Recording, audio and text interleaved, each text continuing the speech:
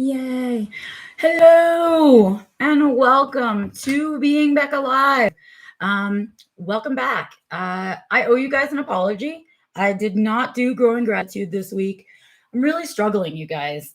I want to do it. I very much so want to do it, but I'm trying to find a time during the week where I don't feel like thoroughly depleted and I can't give any energy to doing it. And so I thought Saturday after work would be good and I'd still have the energy to do it, but I gotta say, you guys, fail this week. Doesn't work. I'm too tired. And then Sunday is a day off for me. And the first one in like a string of days working at the vet's office. So I really need that day off to recharge and stuffs. So that's not going to work. So this week I am going to try Monday morning. I'm going to do Monday at 10 a.m. Mountain Standard Time for Growing Gratitude. So Growing Gratitude will return on September 20th, which is a Monday. So I hope you guys are paying attention, and that's what's going on. I'm going to be doing it on Mondays at 10 a.m. Mountain Standard Time from now on, because Saturday is not working for me. And again, it's a lot of trial and error, just like I teach you guys. And so I really have to give myself kindness about it and know that I'm trying to make an adjustment. So bear with me as I figure out which day of the week it is best for me to do gratitude. I'm not going to touch Being Becca Live. I like where we have it at, and I'm going to leave it there. So here we are. We are mid-September, and I am topicless again today.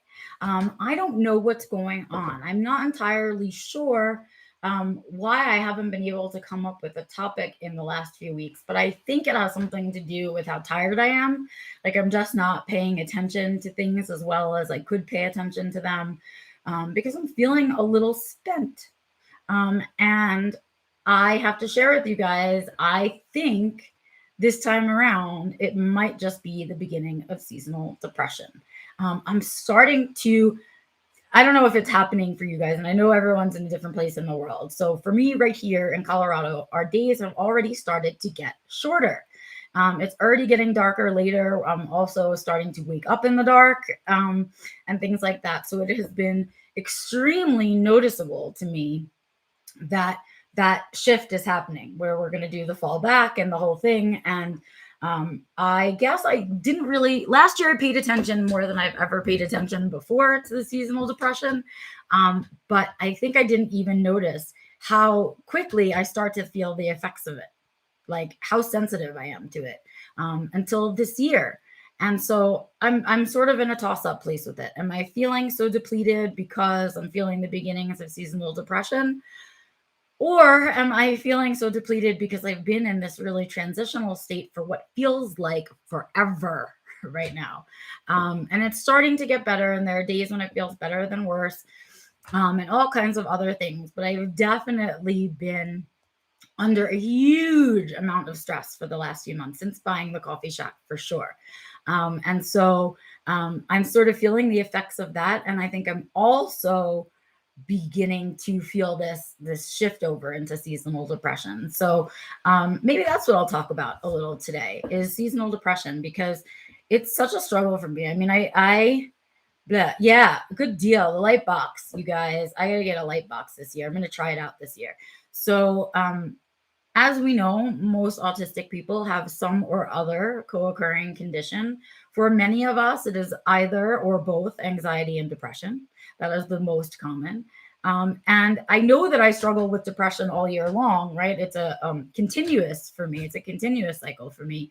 But I get this fun extra layer of depression somewhere around like the end of October. So it's like October, November, December, January, and somewhere around February, March, I start to feel myself pulling out of it. So it's like I have this regular base of depression that I live with all the time. And then for those months, it's like, poof, another layer of it. And I'm glad that I can tell the difference now, because what that lets me know is that the rest of the year I'm doing my best, and that when it feels like this at those months of the year, it's not my fault. I'm not doing something wrong or something needs to be fixed. I just need to adjust my life around the seasonal depression, which, if you guys remember last year, I decided that I would really tackle it in this super simple way. I'm just not going to commit myself to as much. I can't do it. When I have the seasonal depression on top of my regular depression, I cannot have a loaded plate. Just can't. I never make it through. Definitely am not able to complete things to the best of my ability, and my desire and my passion to do those things is missing, right? And so my response as a human has to be, this is my natural mental cycle, and I have to respond with a lighter calendar. Definitely worked last year. I definitely felt the difference, and so I have to begin to think about that for the end of November. But I'm definitely beginning to feel it, so maybe I can start doing things about it now. And so what I'm going to be doing this week especially is, it's still beautiful outside. It's early fall. It's still super sunny most of the day. And so what I really need to do is to be spending some extra outdoor time now until the days are so short and so cold that I can't do that anymore, and then move to the light box. So that is my plan of attack for this year. And because I've been feeling it so much lately, I'm going to be adding some extra sunshine hours to my time on purpose. To see if I can kind of stave off the full blow of the depression for a little bit longer. Because the days are still long, and it feels like it's kind of cheating me out of some months here. And so I'm going to see if I can extend that time by making an effort to extend my sunshine hours.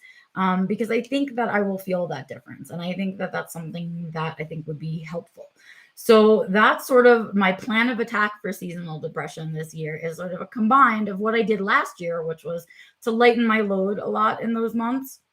And then I'm also going to try my best to get some more sunshine for the next few months, and then move to a light box and see if that makes some effect and some, kind of help toward at least kind of battling this extra layer of depression for the next few months, because I hate it. I hate it. It feels like it steals my life, and I hate it, but I have to be honest, and I have to say that that's something that I struggle with all the time, right? And so as that's coming about, but the other thing about this time of year is that it's my favorite time of year. So it's like a punch in the face, man, when it comes too early. So October is my all-time favorite month of the year. I love everything about it. It is fall. It is hoodie weather. It is fun and treats and spooky and outside and nature and all kinds of other things squishy together. All of my favorite things get squished together in the month of October. And so I'm super duper uber looking forward to October. And I don't want my seasonal depression to steal it from me. And so I'm going to make an extra effort to really stave it off, because how awesome is fall? I love fall so much. I could talk about it 10,000 years. The smell, the way that it feels and sounds, and the clothes. And there's just every single thing about fall that I love, which is weird because my birthday's in spring. I know a lot of people like the warm weather. I know my body loves the sunshine and my brain loves the sunshine. But gosh, do I love fall so much, you guys. I'm so psyched that it is almost my favorite month of the year. So I've been like excited. But then as I realized this week that this seasonal depression was sneaking in, I started to get mad. And I feel like that's something that I get not so much with my all the time depression, but really with the seasonal depression. I get so mad at it. I get so frustrated because there's nothing I can do about it. And it's like a cyclical change, and it happens. And I know how good I feel when February comes around. And so it's like, the beginning of it is so frustrating, and it makes me angry, and it makes me sad about my life, which makes the depression grow, which is a really big problem. And so this cycle is something I need to switch to. I need to understand that this seasonal depression that happens for me in the fall, winter, is a reminder of rest, I guess. It's like my body and my brain saying, we need to rest at this time of year. There's lots of stresses at this time of year, not just the lack of sunlight. It's a lot of holidays. I'm going to be traveling in October for the first time in well over a year. I think it's almost 2 years now. And so there are stressful things that happen in that time of year as well, and that the cold weather is hard on your body and all kinds of other things. And so I'm trying to rewrap the seasonal depression as my body and brain's way of saying, this is the time of year you need to slow down and relax so that you can charge yourself up for what is to come. Right. So I can push through from February until November and do as much as I can and take advantage of those good days. Right. And so I'm trying to look at it that way, that this is the time of year that my body and brain are forced to rest or forced to lighten the load. And that I need that in order to balance out the rest of the year when I'm working my ass off all the time, instead of being annoyed and angry at it for stealing my mojo, because that's what it feels like. It feels like my energy gets sucked out of me and my will to live, which sounds very dramatic, but literally I start to think more about suicide. I become unhappy in things that aren't broken. It just feels like an aggravated state of depression, like an emphasized state of depression. And so there's a lot of internal battles that happen for me in those months about what's real and what's the depression, about what I can do and change about it and what I can't. And so I'm really trying again this year to learn to live with this whole cycle of seasonal depression, because it's like there's me, right? There's my personality and me and how I handle stress and trauma. And then there's my autism and how my brain processes trauma and stress and all of that stuff and lack of light. And then there's the physiology of it and what's happening to my physical body and why that's creating the change of chemistry and the change of thought pattern in my brain. Right. And then there's like this layer of it that's not the autism, that's just anxiety about the seasonal depression coming on. And then there's another fun layer of the regular depression going, yeah, man, seasonal depression, come hang out. Let's make ourselves huge. And so all of those layers get me in a thing. And so I started that thing the other day and I said, this loop that I'm in right now is not healthy. And I used my kick and I got out of the loop and I've been thinking about it ever since. Like, can I rewrap this? Can I take new perspective on what the seasonal depression means to me in my life? Can I make any other changes with my life? Can I do little things to improve this?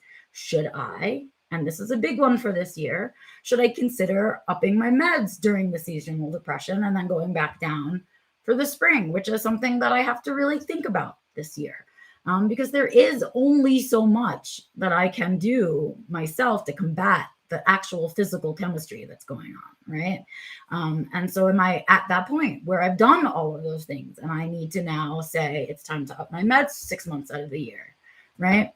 Which is definitely something that as I work on the seasonal depression becomes something that feels more clear to me.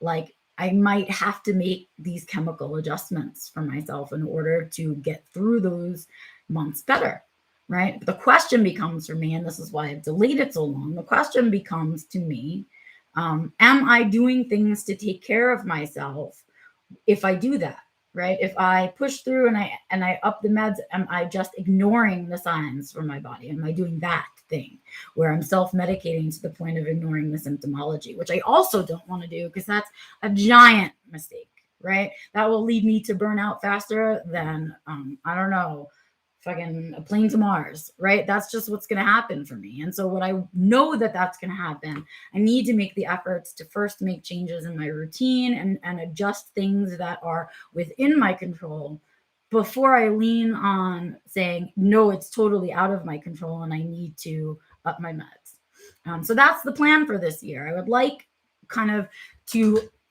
this is my second year experimenting with how to work through the seasonal depression.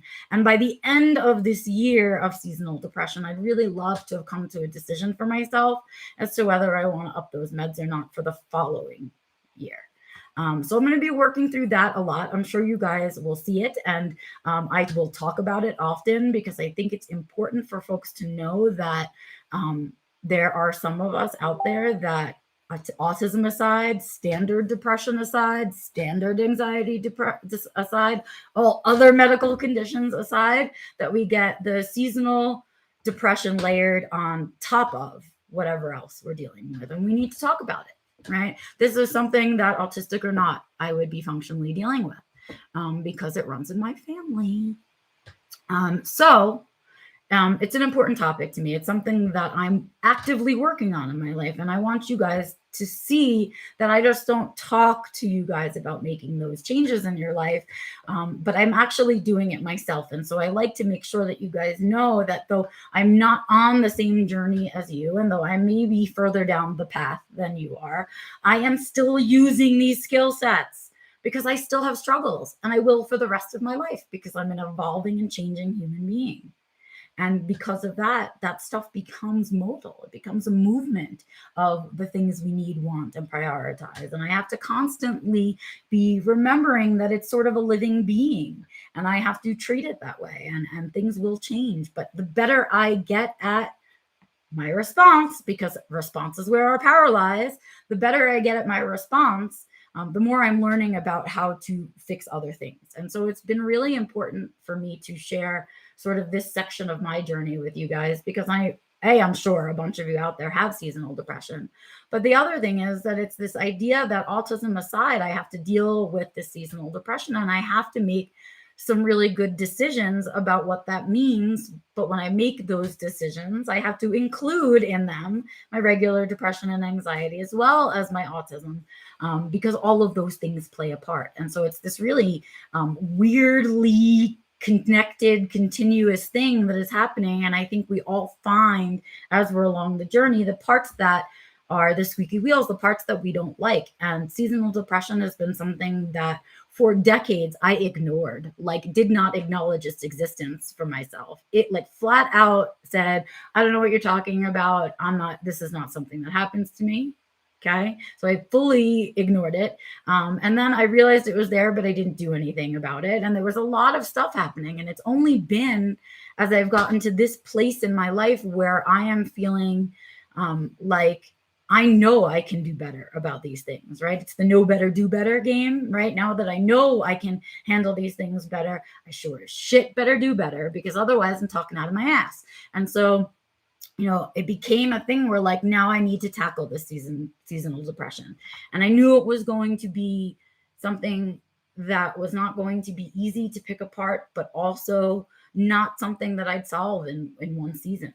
It's going to be a lot of trial and error. And so I have to wait for the calendar to come around kind of. So it's sort of an extended goal and something to work on.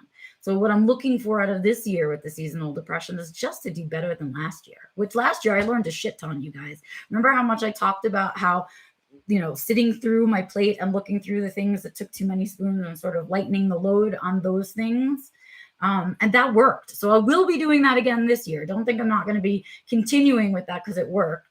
But what I want to do now is layer on this other piece and try to figure out at what point I need to say, bring in the big guns. It's time to up my meds, because I'm still missing out on stuff. Like there are still months out of the year where I just can't say yes to things and that are really difficult and painful and all of that. And if I can't figure out a way to solve it without upping the meds, then at least by upping the meds, I reclaim a few months. I don't know. I'm still, again, you can hear, I'm still on the fence about how I think about it, how I feel about it, and what I have control over. So I'm clearly still working through it. But I wanted to share with you guys that this year, I am aware of it sooner, which may be because last year worked, right? Like I spent a lot of time kind of paying attention, and which are the months that are really the worst, and when do I think it begins, and when do I think it ends, and all of that, so I can be careful with my spoons. And so I definitely learned from last year, and I'm just going to add on to it. But I want you guys to understand that I'm out there doing this shit, and that I'm out there doing things that I tell you to do for you, because I want a life that I like waking up in. And there has to be a way for me to functionally deal with this seasonal depression. There has to be a way that I can make it better than it is, right? I've learned so much about myself. There were hidden secrets there, and with this information, I can make better choices. So, to the continued journey of seasonal depression, excuse me, if you out there are also a struggler of seasonal depression, I would love to hear what you guys do for it. I would love to know how you process it and how you adjust your life to it when it comes around. I would love to hear all of that stuff from you guys, because maybe you have an idea I've never thought of. Maybe you've come up with a solution that I should try. That's the only way we're going to get better at doing this whole life thing, is if we share the keys to making it work with each other. So I will be sharing more with you guys about it as the months progress. But this is where I'm at with it. And I'd love to hear that from you guys. Where are you at with it? How do you feel about your seasonal depression? And how do you deal with it as it comes about? What does it trigger for you? I would love to know that stuff so that I can continue on my journey. Well, that's about it for today on Being Becca Live. I just finished Unit 1 of Self-Defined Living just before this live stream. So the new cohort is up and running, and they will be joining us in our Facebook group shortly. So be ready to welcome them with open arms. I hope we see some of them in live streams and such, but they just began Unit 1 today, and later this week I'll be inviting them to our Self-Defined Living Facebook group. So that we can all continue the journey together. If you have not yet registered for the September seminar series, please do. Registration is now open on my website. We are going to be tackling building better boundaries, and I will be doing that on September 29th, so you still have plenty of time to register. Please head over to my website, scroll down on the Self-Defined Living Seminar Series tab, and you will go through all the old ones, click on the ones you're interested in, and then of course the very last one on the list will be September's, which is this month's Building Better Boundaries. Until then, you guys, I will see you out and about on the interwebs. Know you can always reach out to me through my website, BeccaLory, LORY.com. The contact page comes directly to me, or you can email me directly at info@BeccaLory.com. I love hearing from you guys, so don't forget you can comment wherever you're watching this video. I love your subscriptions. I love your thumbs up. I love your comments and shares. They mean that the content that I am doing here means something to the people I'm doing it for. So please continue to let me know that. Head out there and register for Building Better Boundaries, and I will see you guys on Monday 9/20 with the next Growing Gratitude. And then, of course, I will be back on Wednesday with the next Being Back Alive. Until then, you guys, I'll see you out and about there. Get out there and create some joy, seek some joy, and share the joys, all the joys. And I will see you on the next Being Back Alive. Bye, you guys. Have a great day.